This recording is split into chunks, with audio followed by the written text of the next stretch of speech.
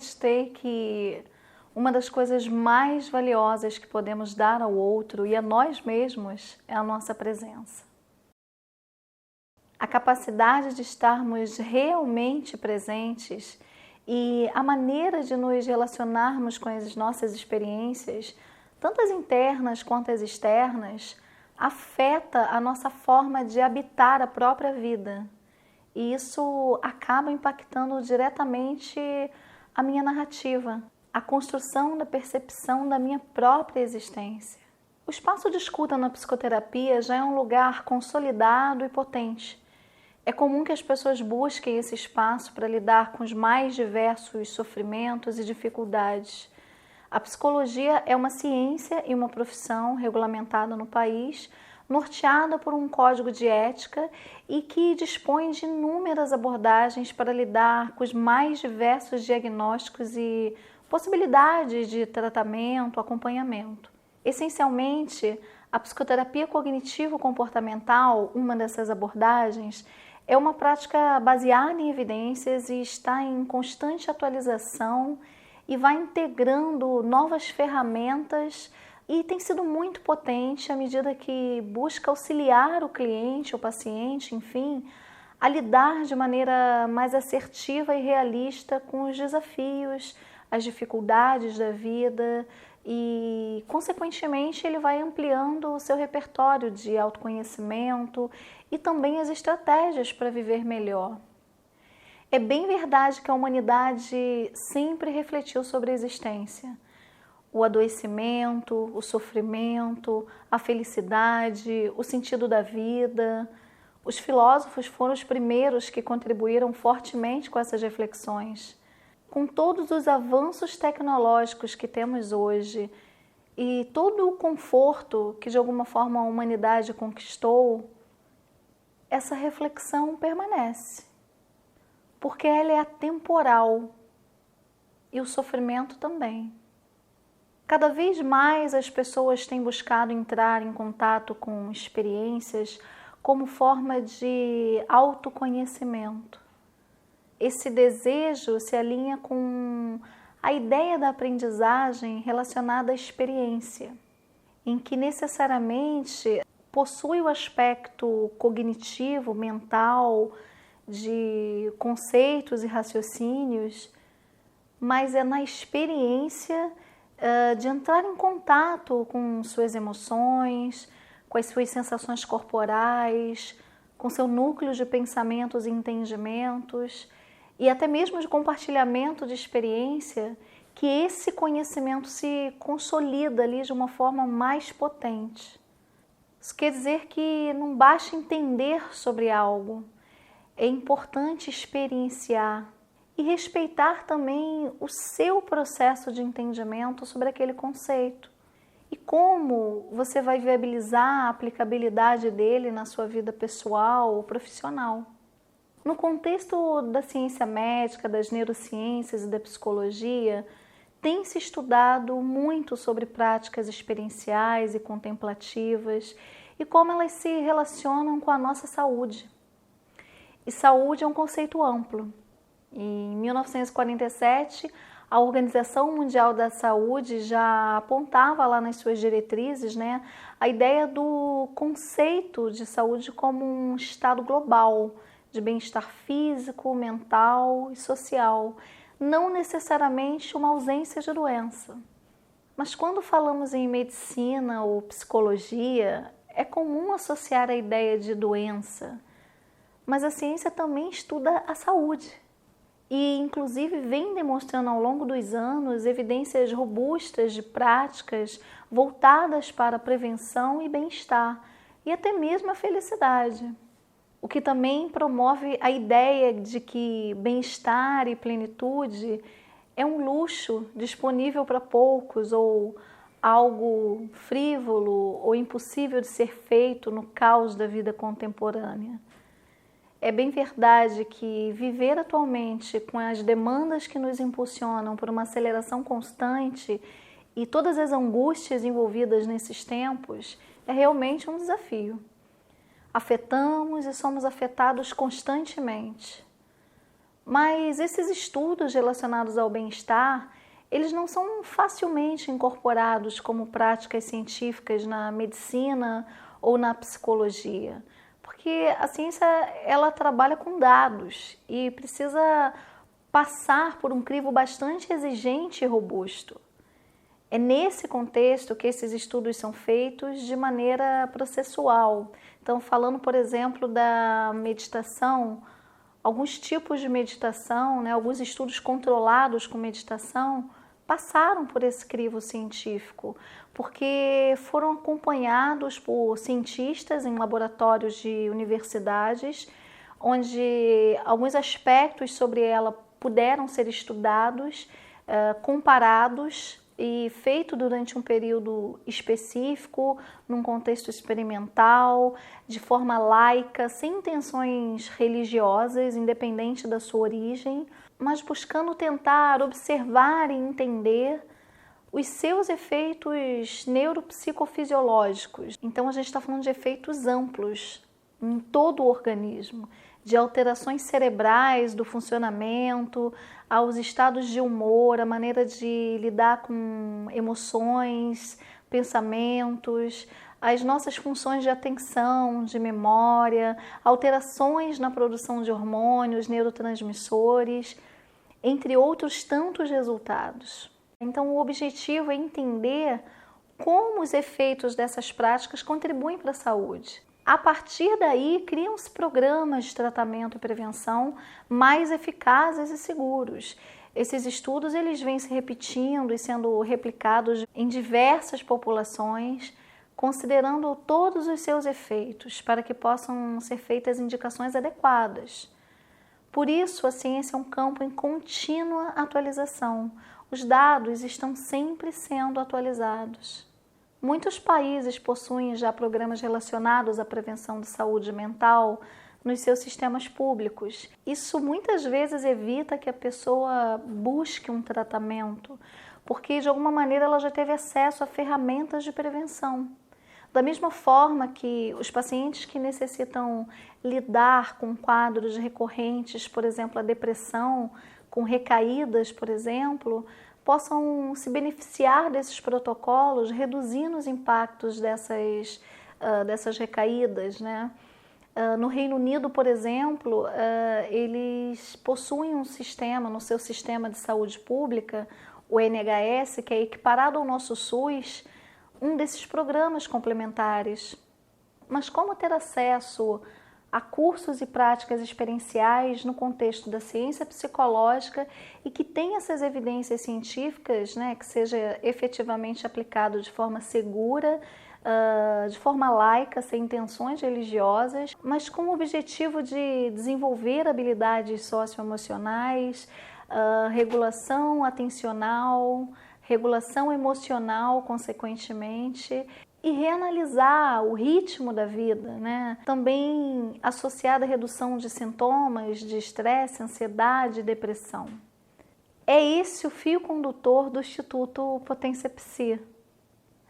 Meu nome é Maristela Cândida, eu sou psicóloga clínica certificada pela Federação Brasileira de Terapias Cognitivas, a FBTC, mestre em saúde mental pelo Instituto de Psiquiatria da UFRJ e instrutora de Mindfulness Based Cognitive Therapy, MBCT, pelo Centro Mente Aberta da Unifesp, em parceria com Mindfulness Center da Universidade de Oxford.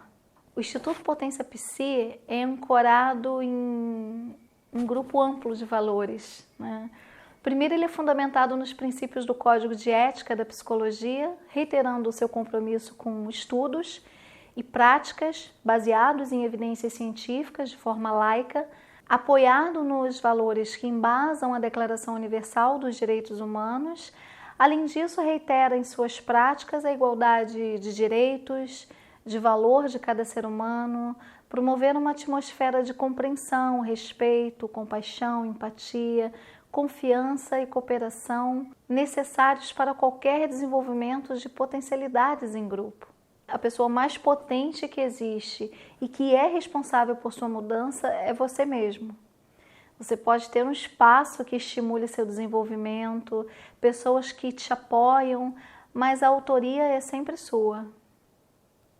E o círculo simboliza continuidade, persistência, fluxo do desafio humano em seguir em ações contínuas e de preferência compartilhadas no grupo, em fluxo, apesar das oscilações da existência humana. O Instituto Potência Psi nasceu do meu afetamento e inquietação de criar um espaço para a população em geral, de cursos e práticas experienciais que fossem ancoradas em evidências científicas e voltados à prevenção de bem-estar, baseados principalmente na atenção plena e na compaixão. Ao mesmo tempo em que, a partir da minha experiência como psicóloga e professora, principalmente supervisora de estágio clínico, e muitos casos durante a graduação da clínica escola, eu identifiquei uma grande necessidade de desenvolver cursos para o aprimoramento de competências do psicólogo, principalmente nas habilidades terapêuticas. A qualidade de uma relação terapêutica é apontada na literatura e evidenciada na prática clínica como fundamental para que o paciente se sinta acolhido, de forma técnica, claro, porque é uma escuta técnica, mas com elementos humanos, e isso está totalmente relacionado aos benefícios e ganhos clínicos. E essas habilidades, elas só podem ser construídas na prática e não na teoria, e exercitadas continuamente. Por isso, os cursos do Instituto buscam basear o ensino em um modelo experiencial, que seja dialogado, crítico, ético, em uma atmosfera de confiança, de não julgamento, respeitando as diversas fases do desenvolvimento de cada psicólogo e buscando tornar a experiência individual como uma potência da cooperação para o grupo. O profissional da saúde mental precisa se desenvolver de forma global, respeitando e criando espaço também para o seu autocuidado, para que os seus recursos internos estejam em constante renovação e sua prática de alguma forma não se mecanize pelas dificuldades de lidar com o sofrimento do outro. Nós, profissionais da saúde, de forma geral, estamos numa relação muito próxima e direta com o sofrimento do outro. E de forma silenciosa, se não estivermos atentos, podemos também adoecer por tentar sustentar mais carga do que é possível para aquele momento. Porque trabalhamos com ferramentas humanas, como empatia, compaixão, escuta ativa, e elas precisam estar num ponto de equilíbrio. Não é raro ter profissionais adoecendo de burnout ou estresse. E se a gente for pensar de uma maneira mais ampla, a necessidade brasileira de cuidados em saúde mental é imensa. No último mapeamento da Organização Mundial da Saúde de 2017, o Brasil já apontava como o país mais ansioso do mundo. A gente está falando de quase 10% da população, mais de 18 milhões de brasileiros. E a depressão, quase 6% da população, mais de 11 milhões de pessoas, uma prevalência bastante relevante. Para além desses números alarmantes, é importante pensar o que está acontecendo com a qualidade de vida das pessoas. As pessoas elas estão sendo fortemente impactadas na sua forma de viver. A vida tem se tornado uma repetição de tarefas, uma automatização de processos. E muitos deles são super necessários. Mas existe um estímulo para que o sujeito viva nessa forma de existir, pelo mental, pelo produtivo, se exigindo cada vez mais e, consequentemente, gerando um ciclo de autocrítica, comparação, autodepreciação, invalidação. É como se estivéssemos sempre devendo e nos julgando pelas imperfeições que são comuns a todos nós. A incompletude faz parte da vida e vivemos com a angústia da dúvida. Mas se sofremos fortemente com isso, talvez seja uma boa hora para dar uma pausa, porque sem pausa não sobra tempo para avaliarmos se queremos mudar a marcha, olhar para outro lugar, se reconectar. reanalisar o que é essencial para que a gente possa tomar decisões. Muitas vezes a gente encontra a solução para algum problema quando a gente se afasta um pouco. Podemos encontrar a resposta em uma pausa ou no silêncio. Não necessariamente encontraremos resposta somente pelo processo mental de pensar, revisitar cenários, se preocupar, porque certamente sofreremos por isso. Às vezes não podemos fazer muita coisa em algumas situações. Por isso, talvez possa ser útil alternar entre esse estado mais mental, cognitivo, de pensar e se dar algumas pausas, alguns momentos de maior atenção e consciência. Pode ser importante porque, inclusive, a nossa capacidade de atenção pode ser potencializada quando deixamos a poeira baixar.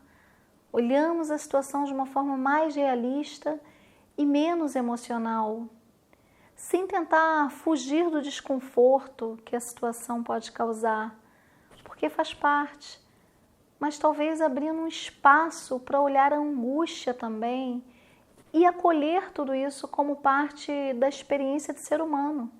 Saber que você não está sozinho em sua existência, porque cada um de nós experiencia isso também.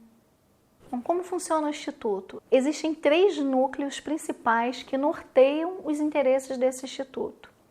O núcleo de práticas de Mindfulness e compaixão, é direcionado ao público em geral, está relacionado a práticas de Mindfulness através desses protocolos científicos internacionais e também que são oferecidos no Brasil, para desenvolver as habilidades socioemocionais principalmente ligadas à autorregulação da atenção e, consequentemente, emocional. Núcleo de desenvolvimento e aprimoramento de psicólogos baseado no modelo de competências, restrito a psiquiatras e psicólogos. Um espaço contínuo para olhar as habilidades do terapeuta, ainda que o profissional já tenha feito uma pós-graduação, um curso de formação, é um espaço de exercício e desenvolvimento contínuo dessas habilidades. O núcleo de discussão sobre a clínica contemporânea é um espaço de diálogos com profissionais da área da psicologia e também de outros saberes, das artes, da filosofia, enfim, com objetivos de costurar pontos de confluência e acolher a diversidade de olhares sobre o existir. Se você quiser saber um pouco mais sobre alguns desses núcleos, fique à vontade para enviar um e-mail que eu teria um imenso prazer em responder. Obrigada pela atenção.